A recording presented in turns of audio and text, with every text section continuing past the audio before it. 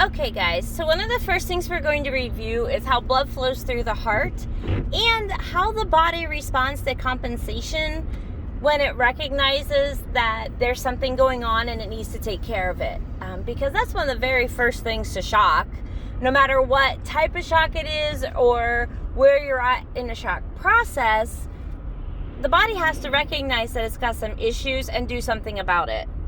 So, real quick, just review with me. Blood enters the right atrium, goes through the tricuspid valve. Remember, I'm going to try to get it right, the tricuspid valve, into the right ventricle, down into the lungs, into the alveoli where we have that gas exchange.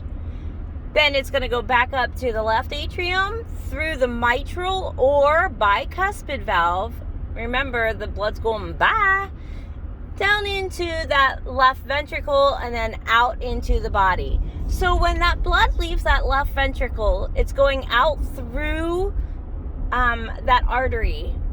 And those arteries are what's important when it comes to shock, because they're going to be the ones that are going to be vasoconstricting and trying to keep us in that compensated shock for as long as possible. So make sure that you still understand how blood flows through the heart, because that's one of the first things that this chapter starts out with, is just reminding you that shock is part of your vasosystem, your cardiac system, but it's also part of respiratory. Because you guys, when we get going, we're gonna talk about how that oxygen plays a huge part in the shock process and what we need to do to control that. So,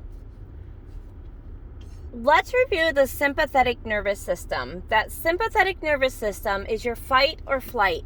When things are going wrong, your body recognizes it and it says, oh my gosh, holy cow, things are going bad and I've got to do something about it. So your body prepares for that stress, and we have a lot of changes. So some of the things that happen, obviously, we have vasoconstriction. Those vessels get smaller. That way it can get blood out faster and harder to where it needs to go. Our heart rate increases. That way we can get oxygen going around and around faster. We can oxygenate and perfuse faster. And we also have, if our heart increases, our respiratory increases. Because as we ventilate, we need to be able to bring oxygen in faster. Because remember that VQ match. If our heart rate increases and oxygen demand increases, the respiratory rate's going to increase as well. So those two go hand in hand, which is really important when it comes to that irreversible shock. Because that's where you're going to notice that our body is failing and it just can't keep up anymore. And we're not going to have that VQ match. Okay. So, that's just a little bit of a review of what our heart is doing, what our vessels are doing. It's just the biggest thing that we need to make sure that we remember is when we are in that stress situation, whether we're bleeding out or we got stung by the bee or, we have that septic shock, the vessels constrict. Those vessels constrict to keep things the way they need to be. And that's going to keep our vitals kind of stable-ish for a little bit. We might have some minor changes, but it keeps them stable for just a little bit. So we're able to compensate, which is what that compensated shock is. We're able to compensate for the fact that we have something else going on in our body. This sympathetic nervous system is what's going in there and snagging up the fact that, hey, we need to pay attention, something's going on, vessels need to constrict, my heart rate needs to increase, breathing needs to increase, our pupils dilate so we can see what's coming.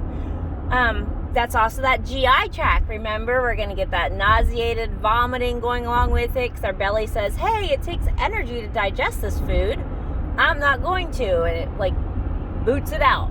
So, and the pale, cool, and clammy because we have that blood shunting to the center of our body. So this is just kind of a little bit of a reminder of what's going on with the inside of our body when we have shock going on.